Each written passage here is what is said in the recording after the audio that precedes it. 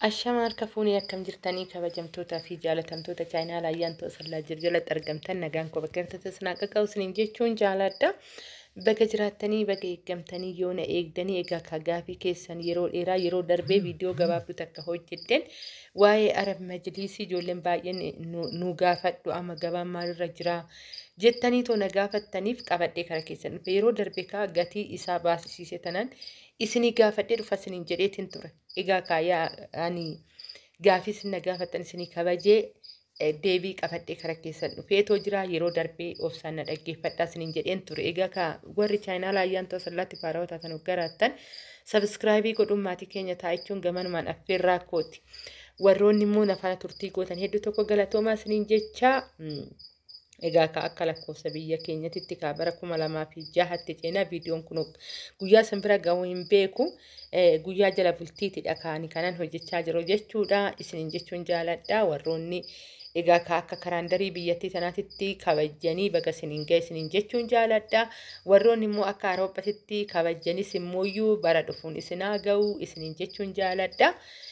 Egaa ani kara viidiyoo kiyyaa xoggaan darbee Arab Majliisiin egaa akka kwaalitii mataa isaa eeggateenidha jechuudha kan nu biratti hojjetamu isa qofa osoo hin ta'in meeshaaleewwan gatiin giddu galeessa ta'anii garuu meeshaa baay'ee bareeda ta'anidha jechuudha kan nu biratti argamu. Egaa kana yeroo dhiyootti illee immoo qabatamaadhaan isin biraan ijoolleen xalabatte ni jirti isin biraan hangaa isiniin jechuun jaaladha. Kana hoggaan jedhu immoo Arab Majliis osoo hin ta'in kan akka algaa kan akka biiffee gatii meeqa waliigalatti meeshaalee meeqa gatii meeqan akka hojjetame isin biraan hangaa. Isin viidiyoo kana sheer godhuun barumsa guyyaa guyyaan asirratti darbu hordofaa. Ammallee maamiloonni haarabti kan dhufan reef chaayinaa lakkee namoonni keessan sheer godhanii nu bira gahe warri jedhu ni jira. Warroonni sheer gootan hedduu tokko galatoomaa isiniin jechuun jaaladha. Oromoo koo galatoomaa isiniin jecha ayyaana gaarii isiniin jecha egaa akkuma argaa jirtan Arab Majliisii kana osoo gatii isaa hin dubbatin waa tokko dubbachuun jaaladha. Warroonni kaa dubbii jibbitan immoo ijaaf qalbii keessa irraa na hambisaa isiniin jecha.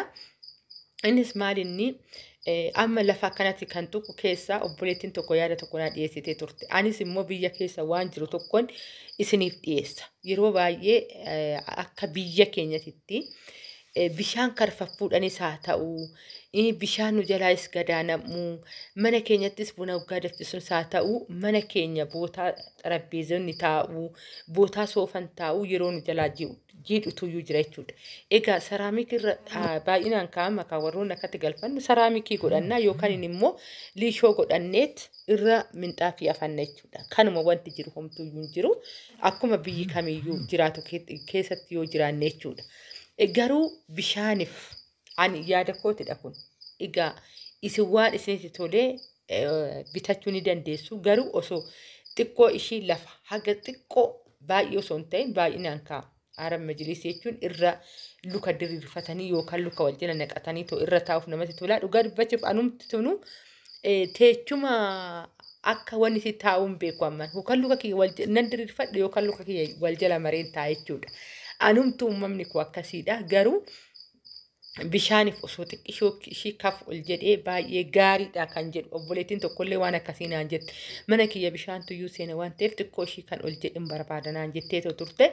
Isiniifis immoo akka yaadettan isinii dhiyeessee isiniin jechuun jaaladha. Garuu isin filannoon keessan akka isinii tolettidha. Gatiin isaa egaa jiddu galeessa nu biratti wanti barbaadan hundaa nu biratti ni argattu. Egaa bilbila kiyya yeroo baay'ee immoo ijoolleen osoo bilbilli achirra jiru koomentii jalatti bilbila kee nu barreessi jettanii ammas immoo adiraashan keessa yookaan immoo iddoon ati argamtu jettanii Oromiyaa keessattan argama.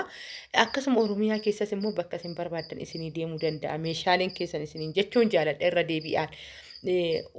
Isa san baruudhaaf odoo chaayinaa lakkoo jala deemtanii ilaaltanii waan hundaayyuu waan jiru hundaan eessan akka jiraadhu nama akkamii akkan ta'e hunda isaatu ni bartan jedhee tan yaada jechuudha.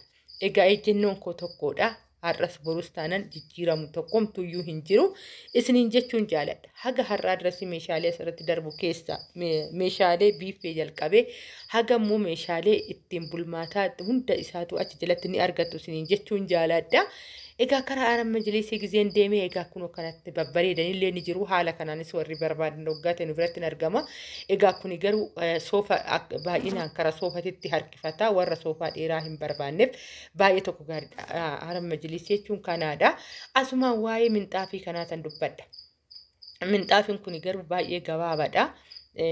Sufraadha foo ta'e malee majlisii hunda haga guutuu isaa afuuf ni xiqqaata. Gamanumaan immoo waa'ee minxaafota kanaa jechuudha. Dhugaa tokkoffaan ni waddada. Tokkoffaa tanaan dura gaafadhee tan jira haga 90,000 jira jechuudha minxaafiiwwan kun kan argaa jirtan kuni egaa ka'amma immoo dhiyoo kanatti deemee gaafadhee too hin beeku warri barbaadanuu jiraattanii. Gwanni jechuun ni dandeessanii koomentii naa barreessuu hin dandeessanii deemetamni isinii gaafadhee gatii isaa isinitti masiniin jechuun jaaladha. Aram majlisiin kun haala kanaan illee ni jira. Nu biratti ni argattu isiniin jechuun jaaladha. Meeshaa isaa kan jidduu keessaa kunis walumaan guutatedha jechuudha. Bifa immoo halluu kan isin filattaniin alatti bifni tokko isin biratti kan ta'u hin jiru. Lama waan isinitti mujiraatu taana meeshaa feetan meeshaa hojjisiifamu waggaa xalabattan qabdii kennitaniit.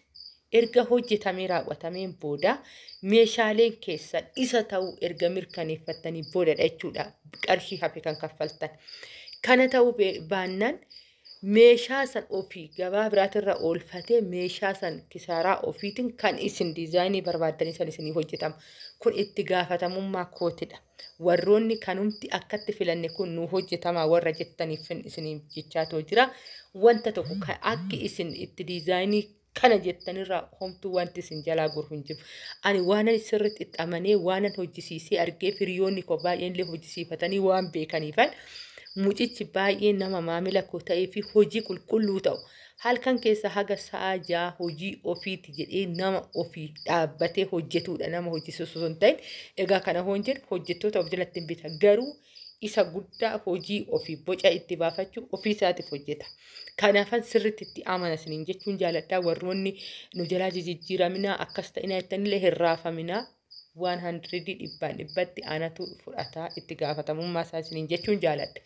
Egaa warroonni ammallee meeshaan guutuu kaffallaa jettanillee jirtanii akkuma amma dubbadhe kana meeshaa tokko yoo bittan hon kana jedhamu meeshaa mana keessatti miti. Isa kan akka algaa wanta hojjisiistan kan akka biiffee kan akka xarapheezaa waan akkasiisan qabdiitu kennama isiniin jechaan jira malee meeshaa biiffeetti galuu miti. Kanas naaf hubadhaa isiniin jechuun jaaladha. Egaa ka bifa feetaniin nu biratti argattan aram majlisii warroonni na gaafattaniif gaafii isaa guutumaan guututti argattan jedhee tanan abdii qabaa gatiin isaa muyyuu kaaree takkittiin birrii 900dha. Kaareen 8 birrii qarshii 72 dhufa jechuudha. Ijoolleen baay'een kaaree 8 waan akkasii gaafattaniitoo jirtan jechuudha. Kanaadha. Warri torbaa immoo akkasumatti herreegdanii argachuu ni dandeessan isiniin jechuun jaaladha. Warri jaallee akkasumatti herreeggatanii ni argattan. Inni guddaan isa jidduu keessa galu orjinaala ta'uu isaatii fi mukni irraa hojjetamu orjinaala ta'uu isaatiidha jechuudha. Wanni murteessu inni guddaan maaliif namni nutti baay'ataa keessummaa baay'annaa ofii keenyaafillee yeroo hunda achirratti boqannaa kanaafuyyuu meeshaa jabaa ta'e ta'uu qaba isiniin jechuun jaaladha. Egaa waa baay'ee irraa hin barattan jedheen abdii qaba chaayinaala kanarraayi ganaa immoo fuulduratti illee naafa wantoonni baay'een ganaa wantan ani daddabarsu ganaa ni jiru isiniin jechuun jaaladha. Isinumti garuu erguun naqina jajjabinni keessan na biraa hin fagaatina isiniin jechuun jaaladha. Laayik gochuu hin dagatinaa hoo laayik gootan namoota baay'ee bira ga'a. Namoonni baay'een immoo nama baay'ee fiduu achuma keessa anaafis jajjabina ta'ee kana caalaa saba koo akkan tajaajilu na taasisa. Kana qofaa miti wantoota aadaa ganaa wanti hin tuqamne baay'eetu jira. Egaa kuni jalqaba malee dhumaa miti ayyaantu asallaa ganaa wanta baay'ee nan hojjedha jedhee yaaduun jira. Inni sun garuu Oromoo koyyoo isin na bira jiraatanidha. Rabbi gaditti isiniin jechuun jaaladha. Egaa kana fakkaata aram majlisii kana waggaan dubbadhee waa'ee meeshaaleettis kana waggaan dubbadhee bilbilli kiyyammoo duwwaa 945 82 67 45 dhuftanii na dubbisuu hin dandeessanii ammas immoo osoo hin dubbatin kana hin dabarree waasaappiin kiyya yeroodhaaf na rakkisee na didee cufateetoo jira. Haga waasaappiin koo gannaa lakkifamutti imuudhaan na dubbisaa isiniin jechuun jaaladha. Imuudhaan wal dubbifna. akkasumas immoo warri daayirektiin argachuu barbaadan illee egaa isinirratti hin fe'amu biyya ormaatitti nan beeka. Kaardiidhaan natti haasa'u ni ulfaata garuu himuudhaan naa bilbila hoo immoo bilbila kaasuu baadhee konnekshinii na biratti baay'ee rakkisa sagalee naa teechisa. Ani yeroo kamiyyuu sagalee keessa dhaggeeffadhee isiniif hin deebisa isiniin jechuun jaaladha. Egaa meeshaalee kana ni jaalattu jedheen abdii qaba. Viidiyoon too guyyaa har'a kana fakkaatti kabajamtoota jaalatamtoota chaanaala Ayyaantuu Asallaa. Egaa waan jaalattan jiraate taanan iskiriinshot godhaa naa ergaa.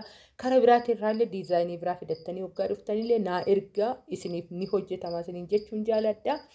Meeshaalee kana dhibbaan dhibbatti itti gaafatamummaa fudhatee kan hojjisiisu ana. Kan immoo ijoolleen dhuftanii maaloo maalinni bilbila mucaan ulaadhu maal jettanillee hojjisiisuuf meeshaalee kana kan ana gaafatamummaa itti fudhatu anaadha malee mucaa miti isiniin jechuun jaaladha. Warra akkas jettan piliis kuni gaarii hin ta'u isiniin jechuun jaaladha. Haga viidiyoo biraatti walitti deebintu.